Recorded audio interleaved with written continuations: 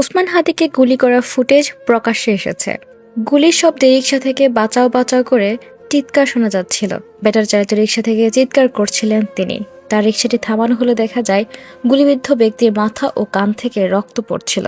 যারা ওসমান হাদির উপর গুলি চালিয়েছেন তারা প্রায় 2 সপ্তাহ আগে তার প্রচারণার টিমে যোগ দিয়েছিলেন বলে জানিয়েছে ইনকিলাব মঞ্চের একজন সদস্য। ইনকিলাব মঞ্চের সদস্য মোহাম্মদ ওসামা জানান, একটি মোটরসাইকেলে করে আসা দুজনের মধ্যে থেকে একজন ওসমান হাদির উপর গুলি চালায়। তার দাবি, এই দুইজন প্রায় 2 সপ্তাহ আগে ওসমান হাদির প্রচারণার টিমে যোগ দিয়েছিলেন। মাঝখানে কিছুদিন আগে তাদের দেখা যায়নি। কয়েকদিন আগে তারা আবার এসে প্রচারণা কাজে যোগ দেয়।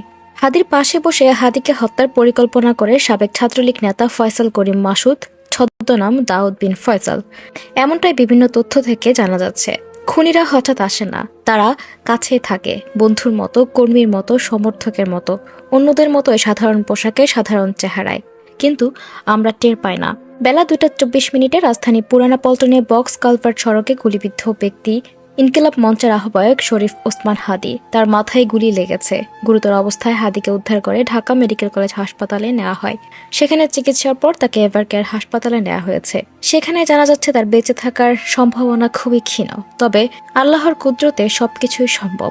সাপ্তাহিক ছুটির দিনে শুক্রবার জুমার নামাজের পরে তুলনামূলক ফাঁকা রাস্তায় একটা বা দুটি গাড়ি চলে। হঠাৎ গুলির শব্দে আতঙ্কিত হয়ে পড়েন আশেপাশের লোকজন। সিসিটিভি ফুটেজে দেখা যায় এ সময় ভেসে আসে বাঁচা বাঁচা বলে একজনের চিৎকার। ব্যাটারি চালিত রিকশা থেকে চিৎকার করছিলেন তিনি। তার রিকশাটি থামানো হলে দেখা যায় গুলিবিদ্ধ ব্যক্তির মাথা ও কান থেকে রক্ত গড়িয়ে ভেসে যাচ্ছে। ঢাকা বিশ্ববিদ্যালয়ের প্রাক্তন শিক্ষার্থী ওসমান হাদি গত বছর গণঅভ্যুত্থানে আওয়ামী লীগ সরকারের পতনের পর নানা কর্মকাণ্ডের জন্য আলোচনায় আসে। স্বতন্ত্র প্রার্থী হিসেবে ঢাকা 8 আসনে নির্বাচন করার ঘোষণা দিয়েছিলেন তিনি। করছিলেন গণসংযোগও। দুপুরে চলন্ত ব্যাটারি চালিত রিকশায় বসে থাকা অবস্থায় হাদিকে যখন গুলি করা হয়, সে সময় ওই রাস্তার পাশে ফুটপাতে দাঁড়িয়েছিলেন সাজ্জাদ নামের এক ব্যক্তি।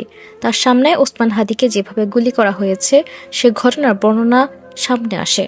সাজ্জাদ খান বলেন, তিনি ঘটনাস্থলের পাশের একটি ভবনে চাকরি করেন। পুরানা পল্টনের বক্স কালভার্ট সড়কে বায়তুস সালাহ জামে মসজিদে জুমার নামাজ শেষে বেরিয়ে তিনি মসজিদের উল্টো দিকে ডক্টর টাওয়ার নামের একটি বহুতল ভবনের সামনে ফুটপাতে দাঁড়িয়েছিলেন। এ সময় তার পরিচিত ও অপরিচিত অনেকেই ফুটপাতে ছিলেন। সাজ্জাদ খান বলেন, ওসমান হাদি ফকিরাপুলের দিকে থেকে একটি ব্যাটারি চালিত রিকশায় চড়ে পশ্চিম দিকে বিজয়নগরে যাচ্ছিলেন। রিকশায় তার পাশের আসনে আরেকজন ছিলেন। একটি মোটরসাইকেলে 2 ব্যক্তি ওই অটোরিকশার পিছু নিয়ে তাদের অনুসরণ করছিলেন। মোটরসাইকেলে পেছনে বসা ব্যক্তির গায়ে কালো একটি চাদর ছিল। ওই চাদর দিয়ে তার হাত দুটি ঢাকা ছিল।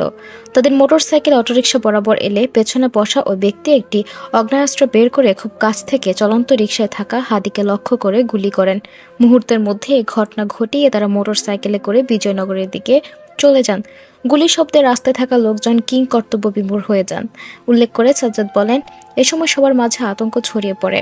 তখন হাদি বাঁচাও বাঁচাও বলে চিৎকার করেন। এ পর্যায়ে রিকশাটি থামানো হলে সবাই এসে ভিড় করেন।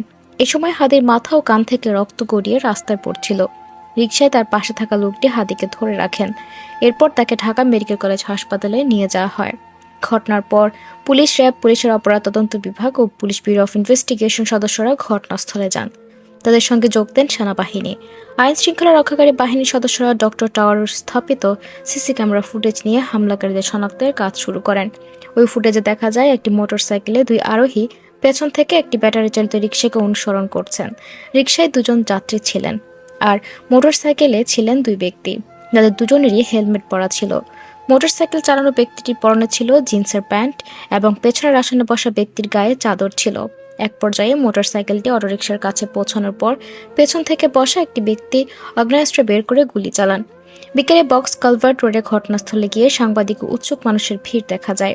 ঘটনাস্থলে রাস্তায় ছোপ ছোপ রক্তের দাগ। সিআইডির অপরাধ তদন্ত বিভাগ হলুদ ফিতে দিয়ে ঘটনাস্থলটি ঘিরে রেখেছে। সেখানে আইন শৃঙ্খলা রক্ষাকারী বাহিনী কর্মকর্তা সহ গোয়েন্দা সংস্থার সদস্যরা কাজ করছেন।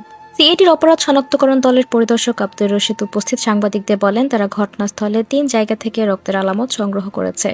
এখনকার আলামত যাতে নষ্ট না হয় সেজন্য ঘটনাস্থল হলুদ ফিতে দিয়ে ঘিরে রাখা হয়। ঘটনাস্থলে উপস্থিত পুলিশের মতিঝিল অঞ্চলের জ্যেষ্ঠ সহকারী কমিশনার হোসাইন মোহাম্মদ ফারাবি বলেন, ডক্টর টাওয়ার সহ একাধিক ভবনে সিসি ক্যামেরা ফুটেজ বিশ্লেষণ করে হামলাকারীদের শনাক্ত করতে পুলিশের পাশাপাশি বিভিন্ন সংস্থা কাজ করছে। তবে খুব শীঘ্রই সামনে আসছে